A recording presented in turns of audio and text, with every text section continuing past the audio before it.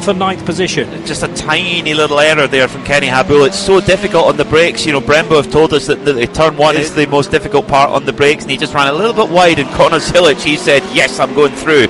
And Madison Snow has taken advantage as well. But for Kenny Habul, he's he's up there with the GTD Pro guys. He is an FIA bronze graded driver, but he loves racing against the pros.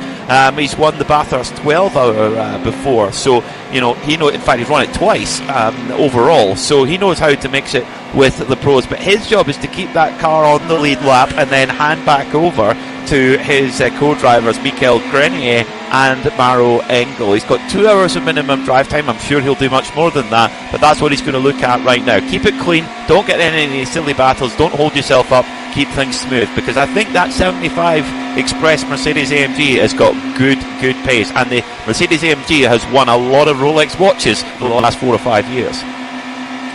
Gap to the race leader down a little bit now because they're dealing with traffic on the 40th lap. So Belgian Dries Van Tor not exactly being wary about Nick Yellerly in his mirrors, but the team will be keeping him up to date to say you've lost about 3 seconds. Then again, that extends once more, and this is the natural sliding through the traffic, depending on how well you deal with it and also where you find it on normally an open racetrack. But if you find a huge gaggle of GT cars and you're turning left through turn number 1, who knows what might happen, because you're first of all relying on all those GT drivers that are embroiled in their own scraps, but knowing that there's a quick GTP car wanting to get through in a hurry. You can't force the issue though, because it's so easy just to go into one of those bends and clip a dive plane, and then that will be perilous for the rest of certainly the stint, and that assumes that the team have got the relevant part ready for you the next time you stop anyway. And when they're braking into turn 1, a GTD car will be heading the brakes at about 175 miles an hour. GTP car will be getting closer to 200.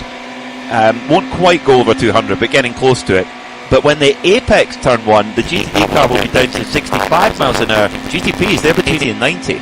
Yeah. So it's managing those speeds. That's what they're having to do to get through. And everybody's in their own race. 61 cars out there and 27 in GTD alone. That's not including the GTD Pros. So it's a busy old track out there, especially if you're in a top level prototype like a GTP car. Pulling through the gears, the 57 now up onto the high banks, which is the Mercedes. So that's Winward. Winward, yes, it sounded like a Winward car. It was just that we'd covered a 57 Winward in yesterday's race as well, and I didn't want to misremember. It's so easy to do that, having covered the BMW M Endurance 4-hour race, the opener to the 2025 IMSA Pilot Challenge, Michelin Pilot Challenge yesterday. That turned into an absolute barnstormer, but it was a slow boiler, wasn't it? In the first few hours, there was a lot of yellow. There was a lot of people trying to get into a rhythm but not quite getting there, but then our patience was rewarded with that final 40 minutes or so. Is that going to be a precursor to this race perhaps, as things are going rather nicely for one or two, but Daytona just has a habit of building a grandstand finish. Issue for one of our front-running GTD Pro cars, the 77 AO Racing Porsche, has had to come into the pits. That is very much out of sequence. Last pitted on lap 33 for that car, so it's only been out for 4 laps. Let's get to Nick Damon then with the CrowdStrike pit report on this car. Yeah, the car, there wasn't a huge build-up to it, because I was actually in the back of their pits about a minute ago, and then suddenly this car's coming. This car, of course, which is the champion from last year in the IMSA Championship. They're sitting there, I think they're currently just got the back of the car. They're not really working particularly heavily on it. They're refueling it while they can, but not a stop that was planned, but they've done something, and they decided they'd put some fuel in. Now I'm wondering whether, again, we've had a couple of overheating issues. I wonder whether there's another one there where they've just got something in the brake ducts and wanted to sort it out. I'll go and ask someone. It's probably the easiest thing to do. Yeah, but you just left there, hadn't you? And they walked away, and now you've got to walk all the way back. I know. It's a free workshop, this pit lane job, you know. Just when you think you go somewhere else, no, come back now. Yeah, there was always going to be one downside to being a CrowdStrike pit lane reporter, I suppose, but there are 99 reasons to be at that level. A chance to describe to you the problems on the front of the FAF Lamborghini at its first stop. It was almost hammer and chisel time on the front left corner, because the central locking wheel nut just would not shift. advice being given left, right and centre to the poor mechanic that actually had the wheel gun, and eventually it did release. But as Jamie Howe mentioned, is that going to be a sticking problem for the rest of the race? 'Cause, unless you change that hub, it's going to be there with potentially overheating issues or whatever is causing that.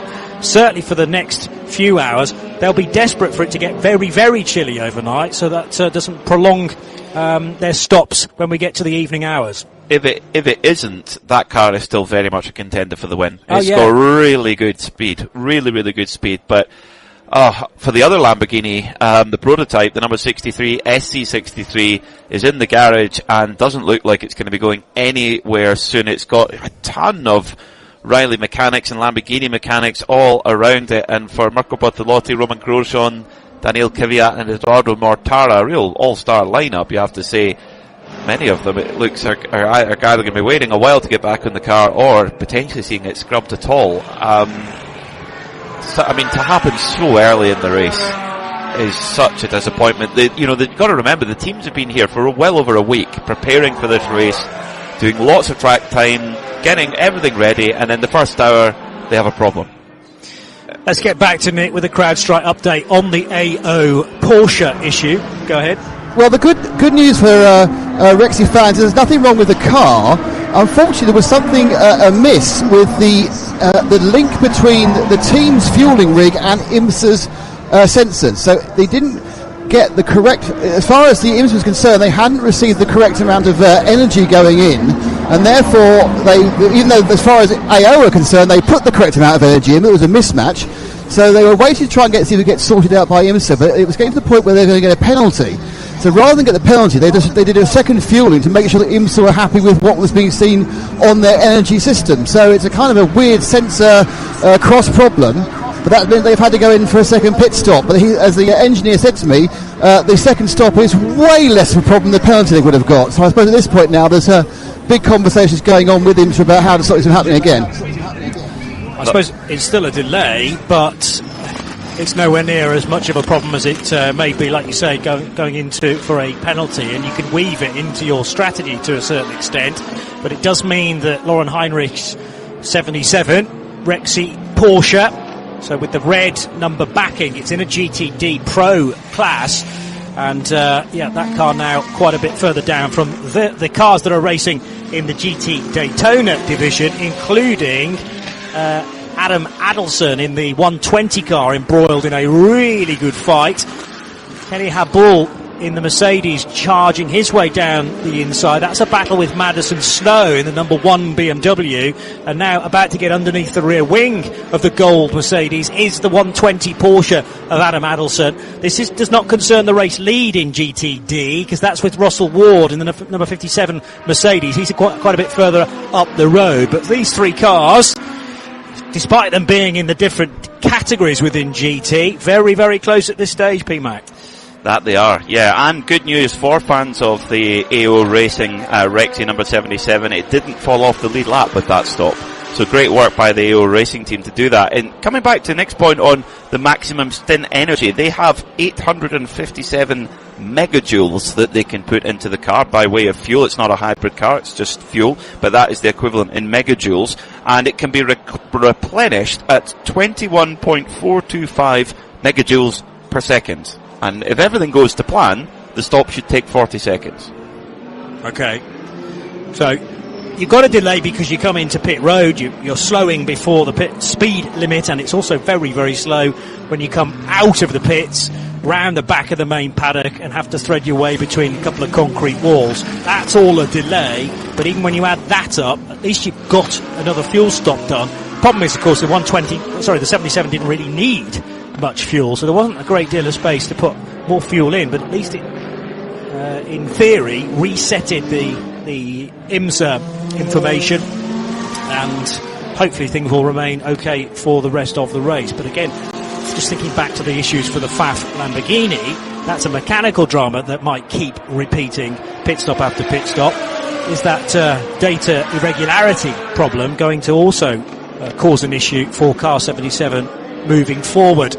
LMP2 is led by PJ Hyatt in another car liveried a prehistoric animal, I suppose. That's you could say completely fanciful as well, with the 99 car as the dragon for the PJ Hyatt crew. Now, yes, that's right. Sorry, I thought for a moment we had a different driver on my screen in 99 compared to another information source, but it is definitely PJ being hunted down by Lewis Perez Compact, but there is about 30 seconds between those two LMP2 cars. 99 from 88, then then Rodrigo Sales in the 52 car, then it's Chris Cumming in the 73. But once more, GT cars really close to one another, heading back down towards turn number 1. 007 Aston Martin being driven by Marco Sorensen with the 91 Chevrolet Corvette of Conor Zilic. GTD Pro is led by Fred Vervisch now, so he's got ahead of Dan Harper, and Ford Mustang back to the 4 as we take another CrowdStrike pit report with Nick Damon. To go just to see what's going on with the Lamborghini SC63, the GTP car. That car actually, interestingly, when it left the pits, I thought it was a bit jerky. It actually left the pits on electric power as it wasn't firing up. They've now got the car in the garage itself. They've taken off 2 of the radiators, I think the intercooler radiators, but there's not an awful lot of work going on. And I get the impression this car may have overheated, and therefore they're probably assessing how much damage has been done to the actual mechanical parts of the engine. There's not a lot of work going on, and there are a couple of drivers who've kind of walked away in a skulky fashion, so I think that's not going particularly well. I'm going to go with Eduardo Mortara, who's just walking towards me. Eduardo, is that it for the car? Because it seems to be in a state of disassembly. Sorry? Is that it for the car, or can it be repaired? We have no idea yet. I think that we'll have to investigate a little bit what happened. For sure, at the moment, it's not really looking perfect. But the engineers still need to look into it and see if we can still go out. Was it an overheating problem or a different mechanical problem? I don't know. Okay, thank you. That's Eduardo Mortara, who is, of course, one of the other drivers who's yet to have a go with that Lamborghini. Yeah, real shame for the 63 crew. And let's head to Jamie Howe at the other end of, in pit lane, whereas Nick was in the garage area for a CrowdStrike pit report. We wondered, Jamie, whether the 88 was off schedule, but it doesn't look like it. From second position, the Oreca coming in with Lewis Perez Compact. Yes, it was a great pit stop for that organization. They made quick work of just a scheduled pit stop. A couple of LMP2 cars making the call to pit lane right now. So far, at this end, everything is going to schedule. So everyone just kind of settling in right now. But there's a couple of quick stops down here. So the 88 run by AF Corsa, and they chose to keep Lewis Perez Compact on board. It rejoins a bit further down, but we will get the official position in a moment. Rodrigo Sales still running in second place, and PJ Hyatt continues to lead the race. Yes, 88 looking like he's going to rejoin in fifth position.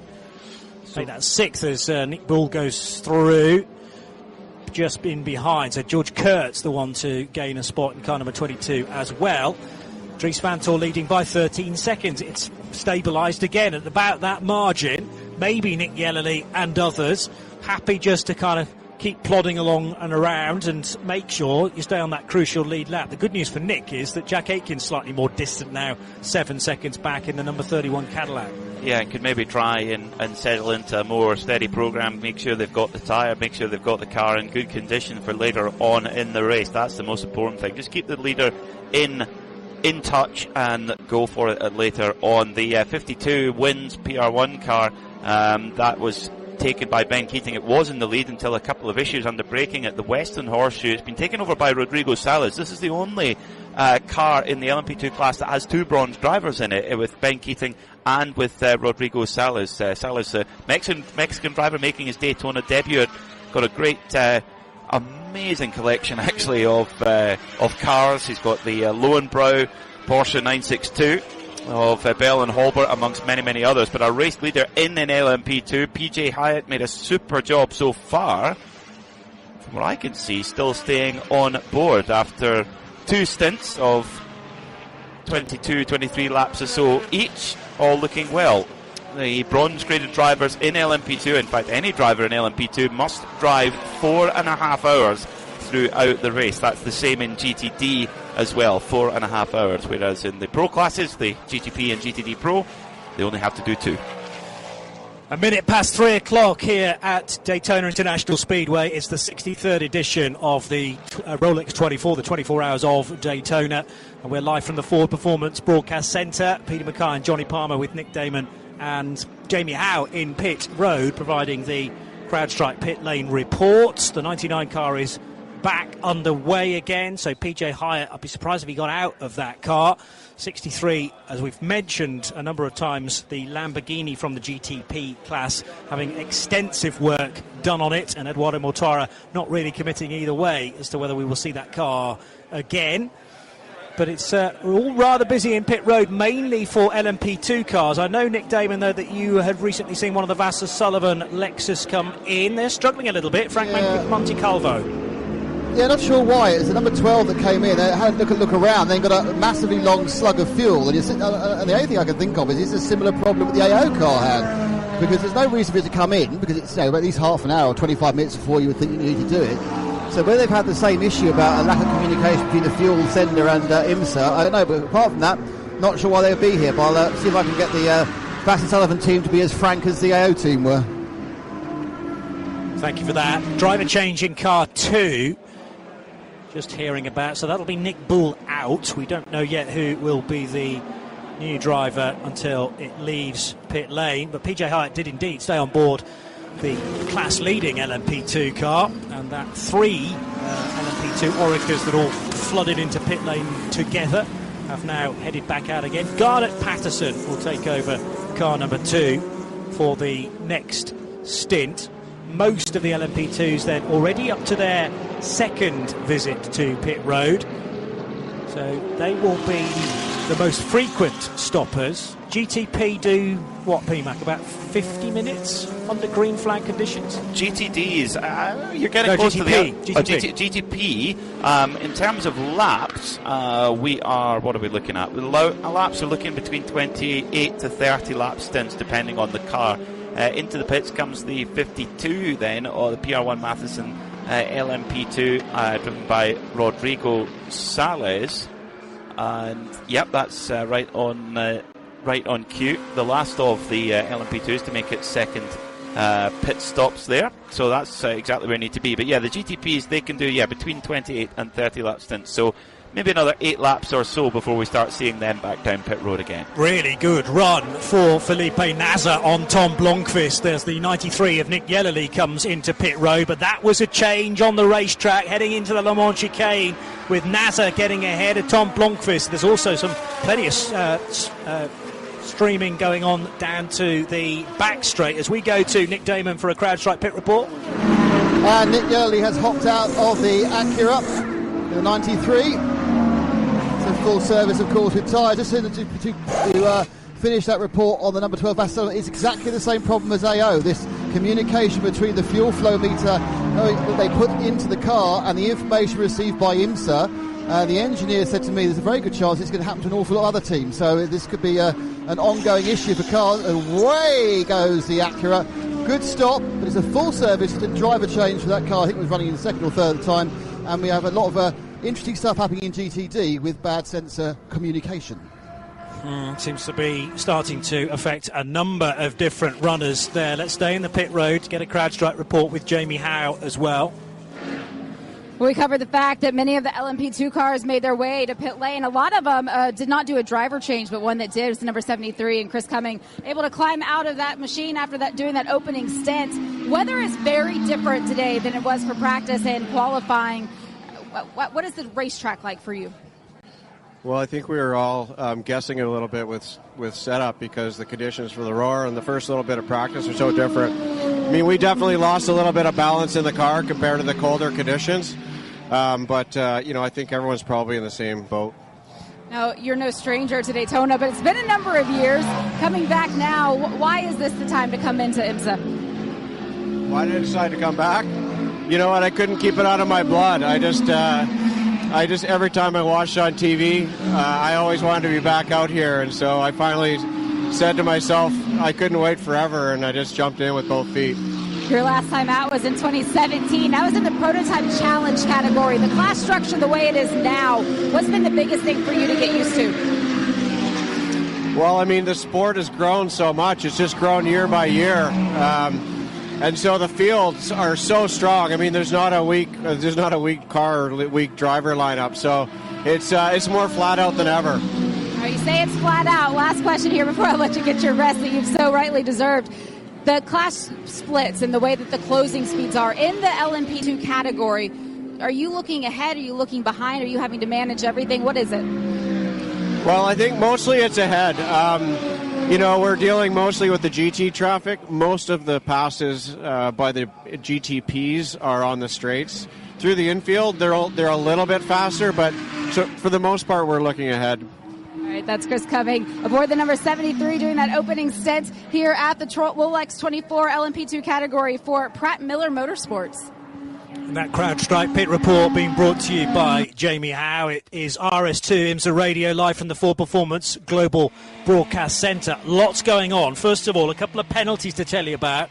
The 52 PR1 Matheson Motorsport LMP2 car, which has Rodrigo Sales still at the wheel. He came into a pit for a pit stop very recently, but whilst he did that, he broke the speed limit in pit road, which is 60 kilometres per hour? Yes. 60 kilometres per hour. That tends to be a universal thing, even though generally speed is measured by miles per hour in this country, and back in the UK, of course, as well. I always have to change gear in my mind and go kph. The other car that's been penalised is the 9 FAF Lamborghini, which was an earlier leader in GTD Pro. The pace of that car, or rather the luck with that car, has really nosedived with the issued pit stop. Front left would not come off the car, and now they've been pinged with overspeeding in pit lane. So it's raining and pouring for the plaid Lamborghini. And not too long ago on the infield, there was an Acura running out of brakes, it would appear, at the Western. Just coming out of the pits in the 93 car. Kaku, of course, brand new to IMSA, brand new to this car and the tyre, and I think it just cold tyre caught him out and he ran on at the Western Horseshoe. We've seen so many drivers do that all week, but there's something afoot with the 93 Marshank Racing Acura, because it pitted after 21 laps. Now the rest of the GTPs have been doing between 28 and 30, so that's early. They've lost a third of a stint there, so I'm really not sure why that would be. There's got to be some reason to pull a car in early enough, but Kaku Ota getting a fairly rude awakening to his Rolex 24 debut, and just couldn't get the car slowed down at all. He's trying to slow it down, it's locking up and everything, and that's just classic cold tyres there. Happened again down at turn 1 as well. Nearly ended up on the grass there as well. So that was the end of the first flying lap, wasn't it? So come out of the pits, ran off the road at the Western Horseshoe, and then very nearly didn't make turns 1 and 2 in the 93 Acura. Tyres should be much better now as he uses the high line coming through the same corner where he left the road a lap ago. The Japanese driver is a superstar. If you've not heard of Kaku Ota before, been doing some wonderful things in his homeland of Japan in Super GT, but less experienced at Daytona, and indeed with these GTP cars with the lack of tyre warmers, so the outlaps will be very, very challenging. They will have tried to get Kaku practiced at that for as much as possible, but you can try and replicate it in free practice and qualifying. It's a different story when you're actually in the race for real. Well, when you're a multiple race winner in the Super Formula in Japan, which you speak to anyone who knows single seater racing, they'll tell you Super Formula is seriously competitive, but the tyres that they use in that formula, the grip that they will give, it will be quite different to an endurance racing tyre. Into the pits, the number 75 Express AMG of Kenny Habu. Yeah, bright gold Mercedes, but we've had a story bubbling with the, we think, early stop for the Nick Yellerly car, and Nick is now with Nick Damon. Nick, it seems that stint of yours, which was going really, really well, ended early, did it? I don't know, actually. They said they'd inform me later. It could be strategic, so I'm not quite sure, to be honest. Notice your teammate took over immediately, had some issues. How tricky is it on cold tyres? Yeah, I mean, I think everyone's seen in the night practice and the day practice all of last year, it's extremely difficult. So he's new to the series as well, straight into the race on cold tyres, and hasn't had that much experience of it. So yeah, it's going to be difficult. I had a few lockups myself. But yeah, he'll learn fast. It won't be the last time someone locks up on an outlap. You went out obviously there in the first hour or so in very different temperature conditions to we've had any time in the last couple of weeks. How did that affect the way the car was feeling? Yeah, I mean, thankfully not drastically. I think we've got a good car in both conditions. Very early in the race, so you try not to take any risk, or as little as you can. Obviously, some of the traffic are aware you're there and others aren't, so you have to keep on your toes. But in general, happy with the stint, and 22 hours or something to go. So. Are you just going to run like a four-man rotation, or are you going to particularly put some drivers in at night, or is it just how do you plan out that rotation? It's very much dependent on who's feeling well, I think, at the end. I mean, you'll clearly try and put your fastest couple of guys in at the end. There's no particular plan from our side. I think we've just got to drive a rotation, and we'll try and stick to that for a while, and then see where we are in the morning. Thanks, Nick. Thank you. Nick with that CrowdStrike pit report. Nick talking to Nick Yellowly. It has dropped the 93 Acura all the way back to 11th position. Yellowly suggesting that the team told him that it was strategic. The reason why that doesn't quite work out in my mind is that he was about 13 seconds off the back of the BMW. Had they been totally together and Acura maybe felt that Nick Yellowly was being held up by Dries Vanthoor, that does make sense. You take him out of the traffic and put him back into clear air. It doesn't sort of compute in my mind. It's one of those lines you get from drivers, isn't it? Yes, exactly. I'm not sure on that one. Interesting as well for the 75 Express AMG with an energy-backed car is pitted sort of halfway through the stint. Kenny Habul brought the car in after about half an hour. And they've done a driver change. In fact, it's going behind the wall. No, this is a front-running car. Started by Maro Engel, then Kenny Habul, and they did a driver change, and then they're driving it back to the paddock. So Nick Damon, if you're still near the paddock, there's going to be a bright orange Mercedes AMG coming back to join you. I saw out of the corner of my eye that Kenny very nearly didn't make the pit lane. I mean, he was way off the road, I thought, and then had to tuck in at the last moment. So maybe it was a late call, or he just misjudged the slowing point, but that is far more crucial now to have that car that has been really getting stuck in with other GT cars up until this point. Maybe a prolonged stay behind the wall. Clearly they can't solve it in the live pit lane with the amount of personnel that is allowed over the concrete wall there. So more to follow on that. So is that now two cars behind the wall? The 63's there, isn't it, from the GTP class, and the first of the GT cars. Yeah, pit entry violation. So it's going to get a drive-through anyway, even if the 75 car rejoins the race. They've not had the luck here. They had a mechanical issue last year. They were under the Sun Energy 1 banner. It's the same team as now 75 Express. They really have not had the luck. That's such a shame. That's such a shame for that crew. Because nowadays, in GTD, we've got 27 cars. We've got around half that in GTD Pro. One thing goes wrong, you're not getting it back. As soon as you go behind the wall, you know that Rolex watch is gone. Really. I mean, it would be almost the work of fantasy if you can go behind the wall, come back, and still win the race. I could be made to eat those words. I kind of hope I do, because what a story that would be. But in general, at this level now, that's so competitive and so much depth in the field, you can't afford to go back behind the wall and then still come back and win the race. Yeah, well, there will have been many stories of cars doing that, like you say, in the past, and probably still making their class podium, but those days are long gone. Rasmus Lind lighting up the timing screen in the number 22 Orica, so that is his third position for United Autosports USA. Rasmus, I think, just taking over that car and starting now to charge down on the two leaders. Meanwhile, from the GTP class, the number 10 Cadillac has just come in the hands of Philippe Albert.